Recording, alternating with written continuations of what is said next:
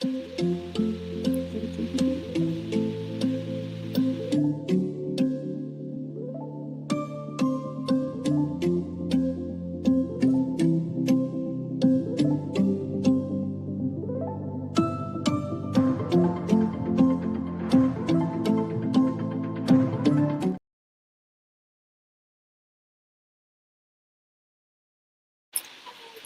evening. Thank you for joining Swag Her Magazine, where this segment is the in between. I am your host, Lachey Young. Today I have a very, very, very special person here with me, my wife, Dr. Joy, the Coach Young. I'm going to let her introduce herself before You just we. did. No, you got to go into Oh, okay. details. You know, you got plenty with you. So I'm going to let her further introduce herself even more. Joy. Like she said, I am Dr. Joy, the coach, and I am so glad to be here on Swag Her. Um, I am what am I? A central entrepreneur and everything in between to make sure that my community has the foundational fundamentals and financial success necessary to be successful. Okay. I mean, you are successful. Okay. Okay. So today we're talking. This segment is all about healing and anything in between. So this conversation tonight is more so of grief and what that looks like and how it reshapes, especially the loss of a parent. So I'm gonna dive right on in, so we don't hold y'all too long. Um, so it's been 6 years. How does grief feel now compared to a year ago? The same. Okay, elaborate. It feels the same. Um, the emotion, no, I would actually say it probably got worse. Yeah, because there's no time limit, there's no pattern, there's no process to say, oh, you're gonna deal with this and deal with it. No. Like one day I can be so mad. And then next day I'm crying. And one day I'm remembering all of the funny stuff and I'm conjuring up memories and calling my sister and doing all kind of stuff. So, it got worse. I think this year, no, not 2026, but 2025, hit real hard, and I still haven't figured out why. Well, you already answered the next one. Do you still have moments where it hits unexpectedly? Yes, um, uh, what has grief taught you about yourself? that is that I can't control it. Um, yeah, that I couldn't control it. I would cry at work, and I got to, show these hoes that I am powerful and strong, and I'm crying and can't get it together. So it just taught me that I really didn't have the control that I thought. That the whole plan of my mom's passing, in my head, I had it together. But in real life, I had nothing at all. Um, did losing your parent change how you make decisions? No, No. it doesn't change how I make decisions. No, not in life or anything like that. I've been on my own for so long. So technically, I make decisions based off of just how I feel like it. But no, Has it changed how you love? no. Okay. Um, what part of the loss softened you? What part strengthened you? The part of the loss that softened me was the fact that my daughter is not going to be able to have my mother in her life as a grandparent. And that's something that I absolutely wanted. Because I know my mom, she's a hell of a grandparent. And so she's not going to have that experience. Strengthened me because I sit and think of things that possibly could not have happened growing up, and I try to do them with anger. So I'll sit and say, oh, I wonder if my mom ever sing to me. Okay, well then I'll sing to her. Yeah. So I would say that to me, it strengthened me to want to be a better parent. Well, not a better, a best parent. Um, how has losing your parent influenced, or you just said kind of, if you want to elaborate a little more, you can. How has losing your parent influenced how you parent? Well, it definitely makes me. I try to do the opposite. Like I grew up in that era where you was never heard. You know, if you was depressed, you go depress the dishes. That was the thing. You know, you didn't have a say. You didn't get a chance to really do anything. You was just as you told. So I try to balance that out with her because she does have a lot of emotions, and I want her to talk them through. It was that one time she told me that I hurt her heart when I yelled at her or whatever, and I was like, no, I'm not doing that. And so, you know, it just makes me want to make sure that I'm doing the opposite things to where I felt that I could have been better handled. Um, yeah, and just making sure that I'm there and that she knows it. That I don't care, right, wrong, or indifferent. We'll deal with it later, but I'm gonna fight for you in that moment. What traditions or values have you intentionally carried forward from your mom?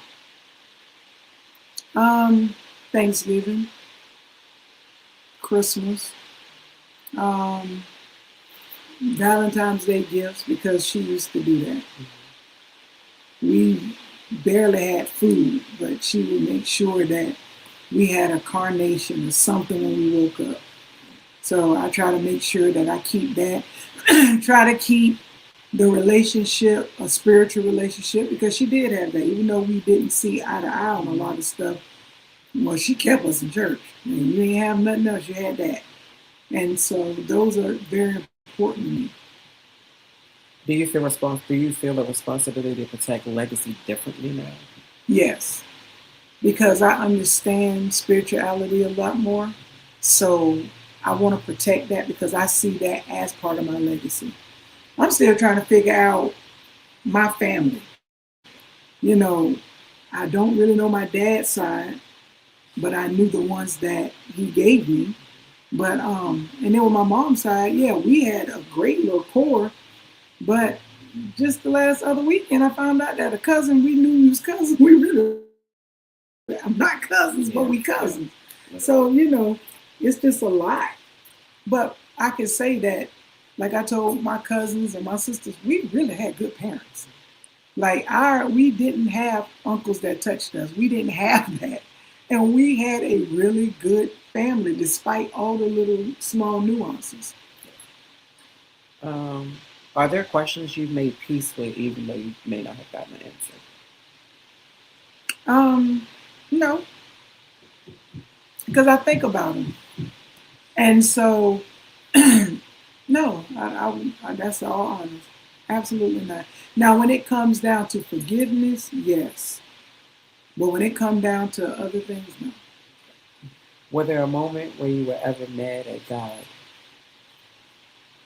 About her? about losing your mom?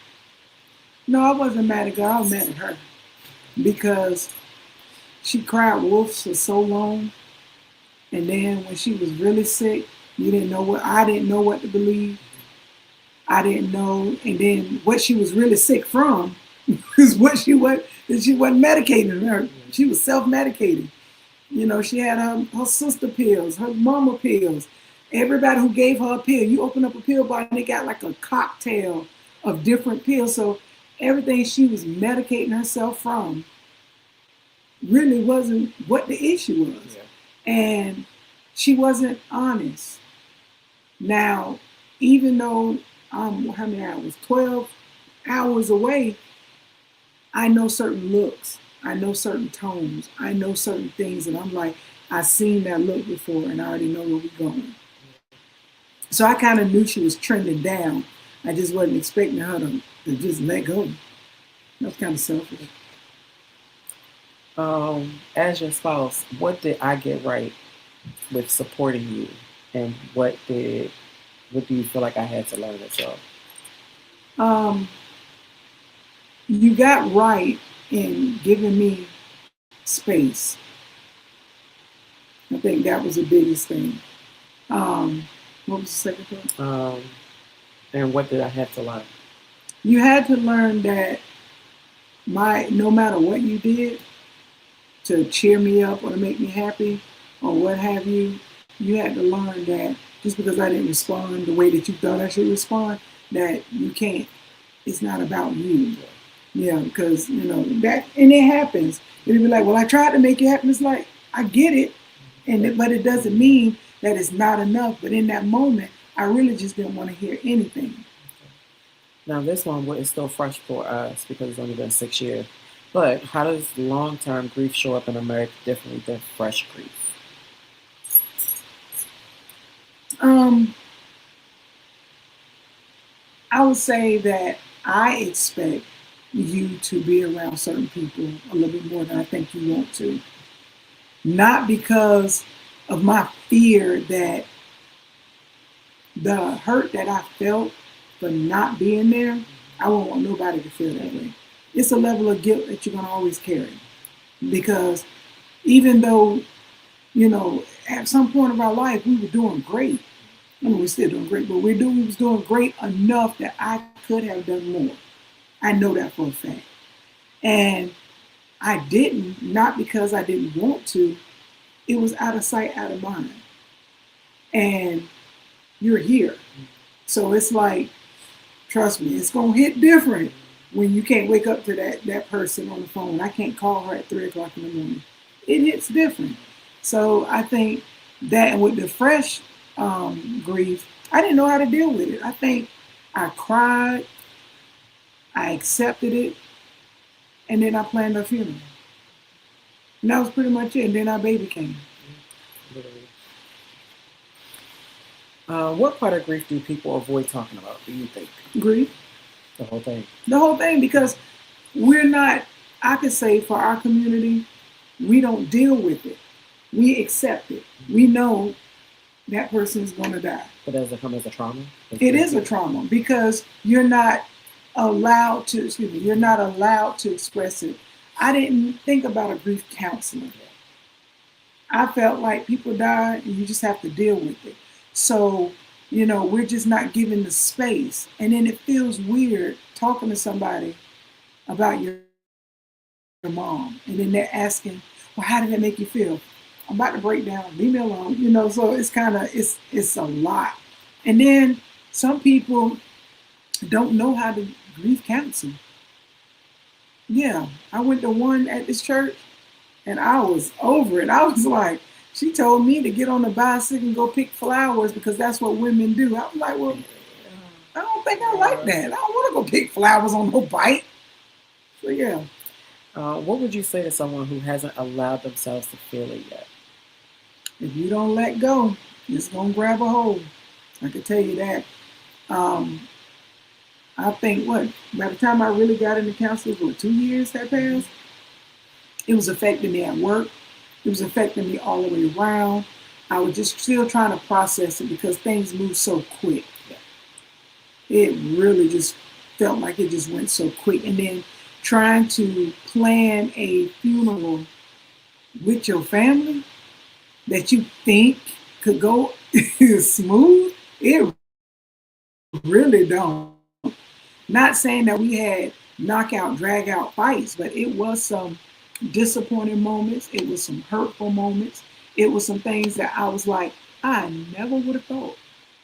And so I had to get over that. And then again, the work don't care. They give you 3 days. I'm going to take as many days as I want. I'm just not coming back. They give you 3 days.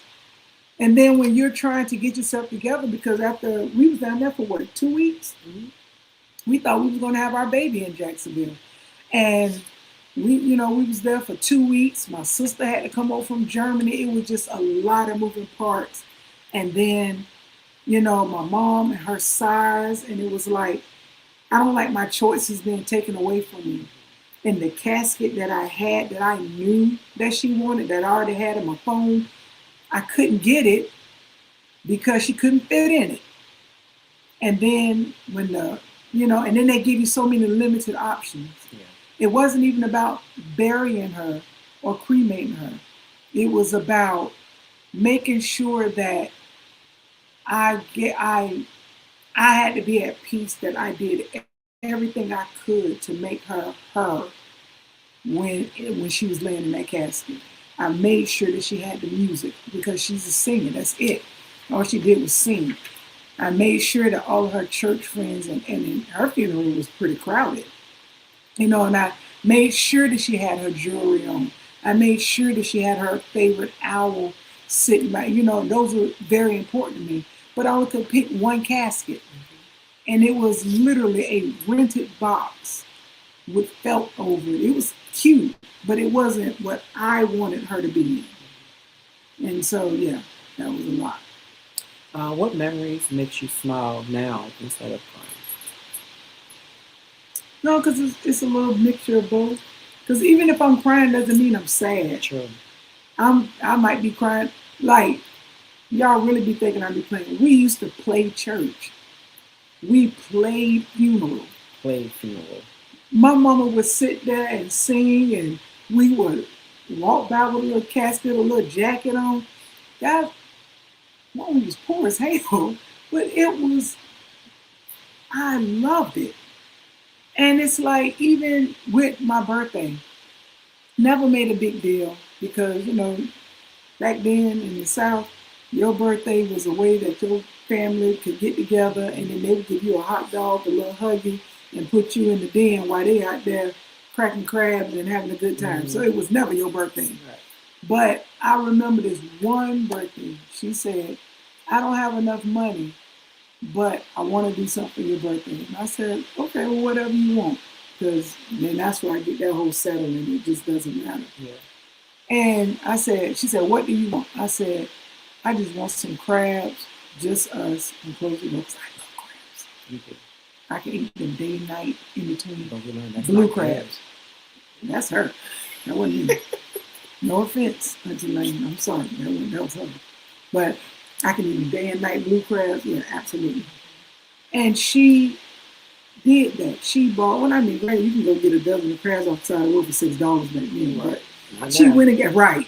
She went and got these big crabs and we boiled our crabs. It took hours for that water to get to boiling. But she boiled those crabs, laid them out on the table, and I remember we just ate.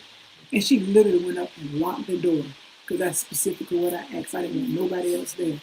And that was like the best. We ate. We got so full, we all just passed out right there. We got back up and finished eating more. Like, it was ridiculous. What does healing mean 6 years later? Acceptance, because I think that's where I'm at. Sometimes it really still feels unreal. I remember her phone number. I'd be wanting to call 910-551-6708 so quick, and I can't. I want to, it just seems unreal. Because it's like, nah, like, she ain't going for real. Like, she just ain't called today.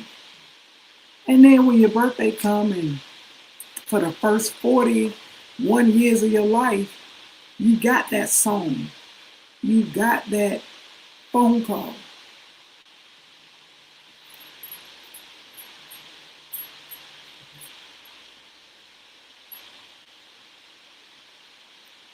In what ways do you still feel her presence in your life?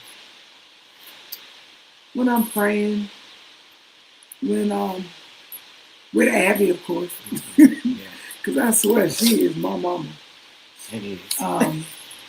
Every time I sing songs, and I know, like, when I know that she's here, it's one particular song that always comes on. I'm like, okay. Or just that overwhelming, look how what you got it today, overwhelming need for red wine. That was her thing, boy. You could not keep that bottle from her. But mainly with Abby, because I could not be thinking about it, but I could be feeling it, and she'll walk up real quick. Thinking about your mom, huh? Get out my face. Yes, I am. And then, and I love and I hate at the same time that she knows why she's here, but then I hate the fact that she knows why she's here, because I don't want her to think that I overly love her because I don't have my mom. Um, if Penny could see you today, your marriage, your work, your growth, what do you think they'd be proud of? Oh, she was never not proud of me. Never. I ain't never have a problem with that.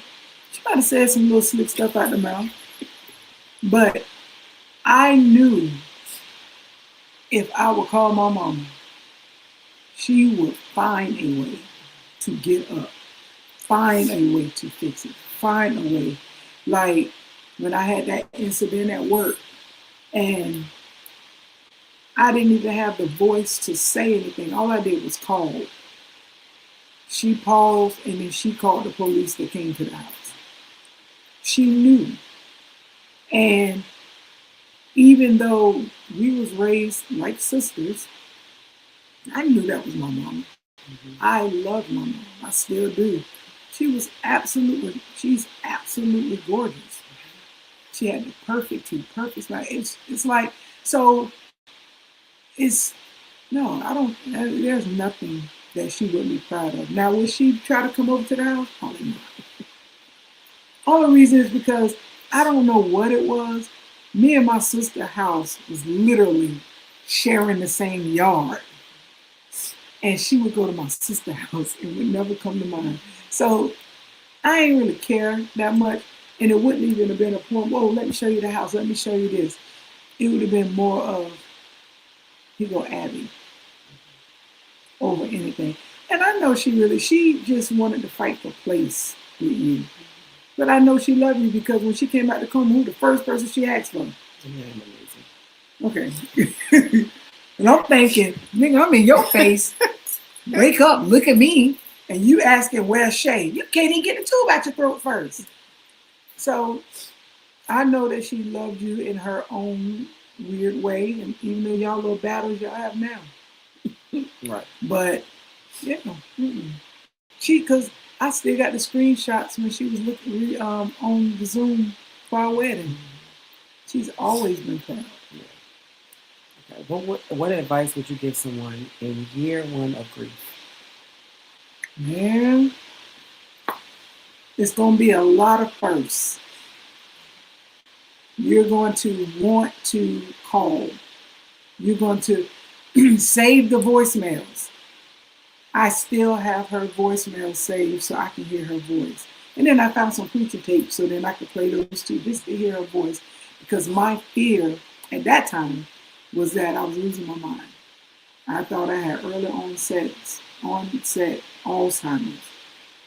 Come find out, I was just depressed and it was just a lot going on. But I thought I would lose the sound of her voice. And so, but I will also say, don't get so caught up in trying to keep their existence there. There's a thing where we literally don't let people rest in peace because we need them.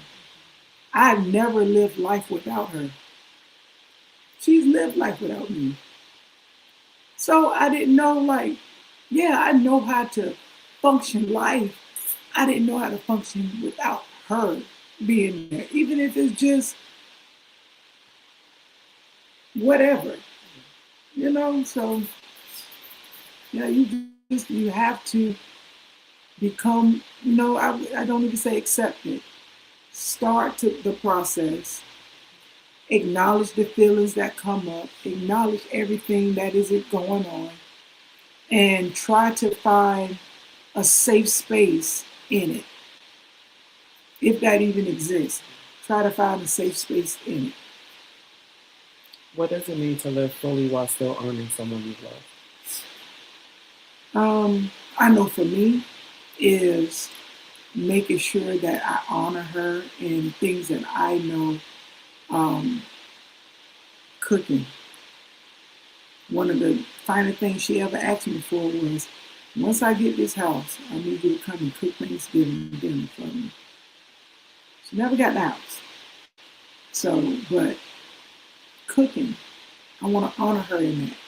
That gives me a chance to emotionally travel in time. looking at all of this stuff that she bought for no reason. We was doing the storage, and I'm looking at stuff like, It was a lot of stuff. and she had a panini maker, all kinds of stuff. I'm like, She had a professional deli meat cutter. she had a skill saw.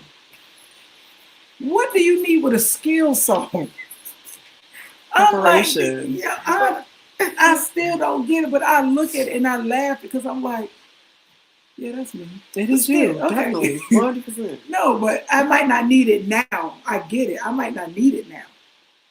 But I needed it in that moment. I thought about it, and it comes up later. You be like, I knew I needed that salt. I knew we had about 6 of those sauces. Exactly. Like when I go, don't do that. Like when I go in that closet, and I be like, see, I knew we was gonna need these flares. I think cleaning out her storages, I'm like, yeah. All right, I see me. Yeah, you see? I see you. Don't do that. How do you carry love forward without carrying only the pain? That I understand death. Mm-hmm.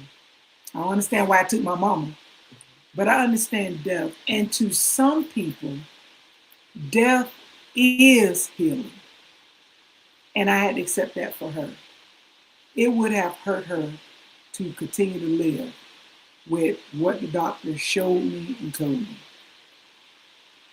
That's that. So I find joy in the experiences that I had with her. Some of our experiences was horrible. Being homeless, being hungry, all of that. But if I had to choose the parent, if I had to be reincarnated back on this earth, I would absolutely choose her again. Everything that I've learned from her, voluntarily and involuntarily, you can't get anywhere else. Yeah. There, you just don't. She taught me how to survive, and she didn't even know it because I had to survive without her for a long time. You know, I saw, how she loved. It made me mad a lot, but it helped me cultivate how I wanted my family. So there's a lot of good. And if I sit and focus on all the bad stuff, I would have died a long time ago because it would have ate me up from the inside. But if it wasn't for her, I would not have my sisters, even though they made me so mad. I would not have this beautiful skin. I would not have perfect nail beds. Like, it's a lot that I would not have. What a smile. Exactly. My mama, she was like, look at this. You don't see no bumps up in there. Oh my God. She gave me some good genes, She honey. did. She did. She didn't give me the body structure because she wasn't hippie. She was busted. But outside of that, thank you. Mm-hmm. Well, we're going to switch gears, but before we do, I wrote something to say to you. Uh-oh. Okay. I'm not going to cry. No, you're not. You should not cry. Okay. What I most admire about you is that you chose to keep living. You chose to love. You chose growth, and you chose purpose. For anyone listening tonight who is carrying the quiet weight of loss, let this be proof that grief can coexist with joy. Don't look at my face. No, I'm not. That missing someone deeply does not mean you stop becoming. What does not end, it evolves. Joy, my wife. I honor the daughter you were. I honor the woman you are and become. And I honor the legacy you continue to build every single day for you and us. Your grief did not break you, it revealed you. And I'm proud of you, not just for surviving it, but transforming through it. And I love you with all my heart. Mm-hmm. Okay. Now, we're going to... Go ahead. I want to say something about what you said. When everybody don't want to die, and this is what I learned. It's a thing you want to die and you just want to be dead. So in my grief, I wasn't going to take myself out, but I was okay if I didn't wake up. And my therapist helped me through that because I thought that was weird. I didn't want to say it out loud. I didn't want them to flag me. And next thing you know, I'm all up there looking at that beautifully padded room, hugging myself with good, with burlap on. But you're gonna feel that. You're gonna feel where I just don't wanna I'm okay if I don't wake up. And you have to find a reason to wake up. And I think that's where, not saying my wife could not fulfill that, my I really feel that's why Abby was born when she was born, because the prophecy was she's gonna bring you so much joy. In that moment, I was done. Even when she came out, I was smiling on the pictures, but I'm looking at her like, I don't even know how to feel about you right now. She was a little weird looking too, but Don't do too much. but she turned out pretty well. Don't do too much on my baby. Babies come out, you be like, hey, let's see it in a week. Don't do too much. Okay. Hey, I thought it was weird looking too. Okay, so we're shifting gears just a pinch. Okay. One of the things that I absolutely love that your mother gave you was the importance of education. Now you get on our last nerve when it comes to it. I got my ass beat. So, at least y'all ain't getting somebody suplexing you off the top rope. True, but you get on all of our last nerve when it comes to education and getting our degrees and graduating from high school is not enough, right? Mm-hmm. But I appreciate that because all the things that I've been able to watch you do, achieve, continue to achieve, it's not something I've ever seen in anybody. Anybody. Because most people do high school, go work. High school, maybe college, get a job. But nobody actually pushes the envelopes that I've seen, push the envelope as far as you do. And with that, I would like for you to go into all the things that you have going on right now, the things that you have coming up, and the things that's for the future. And then we'll recap in a couple months because there'll be 10 more new things. Okay. That was shade. It was definitely shade. That was definitely shade. First of all, let's go back to my mom. My mom was abusive. She picked my classes. Like, we used to have to go up to the school, stand in line. I was the only person there with their mama in a moo with a brand new baby, standing in line picking classes. So that was that. My mom, she wasn't far on the education scale, but she had smarts in other places. She was very shrewd and businesslike and all of that. She could think and she just could go for it. So education is not an option. And it's not just going to school, it's education. Yeah. Because I know you can do it.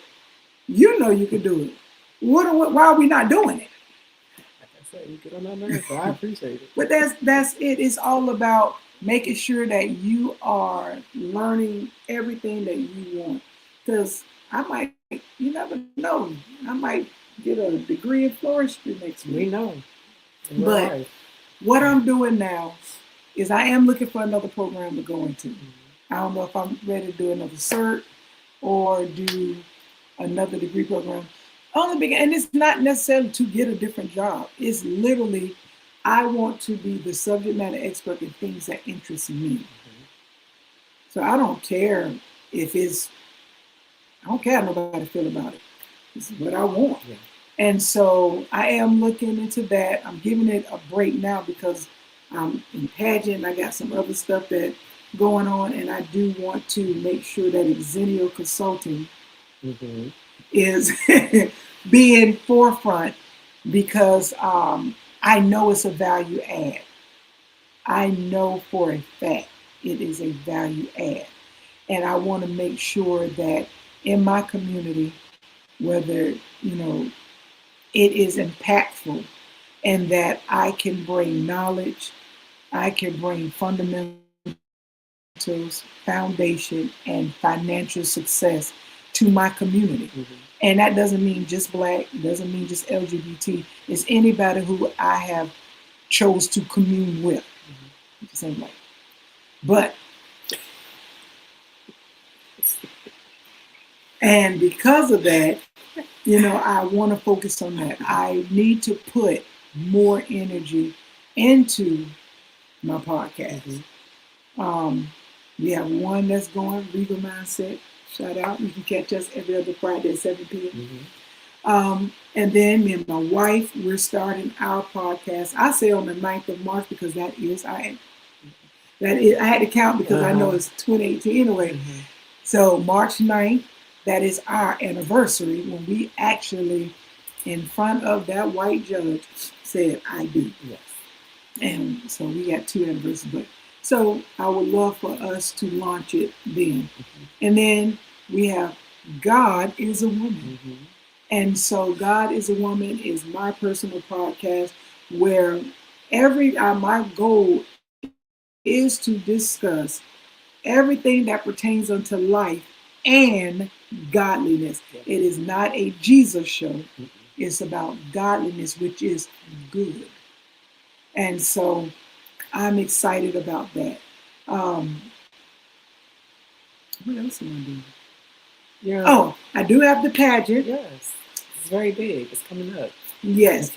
And a lot of people got to understand one thing about me. I love to win, but I'm okay if I don't because you're going to see me in those outfits. Oh, man. You're going to see me. And it gives me visibility.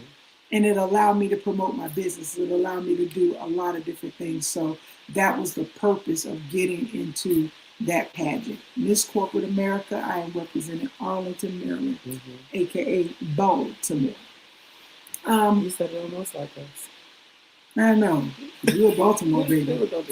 And moving. Yes. That is, I know it sounds crazy, but that is a big thing.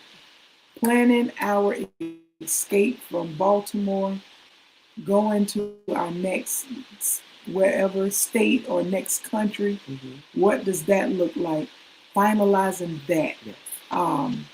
Not running from anything, but when it's time to go up plant. Because I know how people don't like to pull the roots up, but certain plants thrive when you unroot them and put them in a bigger space.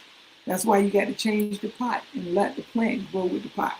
So don't be afraid to move. And yeah, that's it. It's a lot. I feel like it's not. I feel like you're missing something. Oh yeah, and I'm working on my book. Another book because I do have 4. They are available on Amazon. Yes. But I am working on a 5th book, and it's called Money Do Grow on Trees. Because we all have been told money don't grow on trees, and it hindered us. It handicapped us to thinking that money was not available, and it's everywhere. Yeah. Right? And it's teaching you from a matriarchal perspective because God is a woman. I love it. I love it. I love you. Thank you for being. And maybe we can adopt a baby boy, but that's good. Girl, don't speak that evil on us, everybody. But thank you for accepting my invite. You had no choice, but I appreciate you for saying yes. Thank you for making me cry. I know, but I'm really here to get you through the night. Thank you for being vulnerable. I'm hoping that this will help some people that recently have lost their parent and don't know what to do. Because sometimes it's hard to have that conversation or to say I need the help. But if you have the resources out there, which is why I wanted to do this tonight, they can always go back and kind of review and see, and I can share it as many times as I need to. But most of all, thank you for putting yourself in a vulnerable place to not only help yourself, but to also help others. And I do appreciate that and love you for it.